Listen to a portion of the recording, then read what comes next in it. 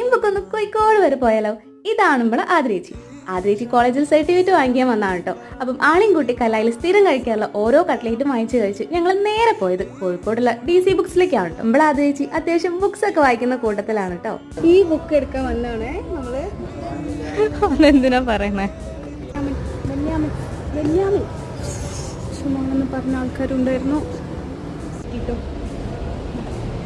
തേന്മാവ്, ചെറിയ ലോകവും വലിയ മനുഷ്യർക്കും പറഞ്ഞിട്ടൊരു സിനിമയാണ്.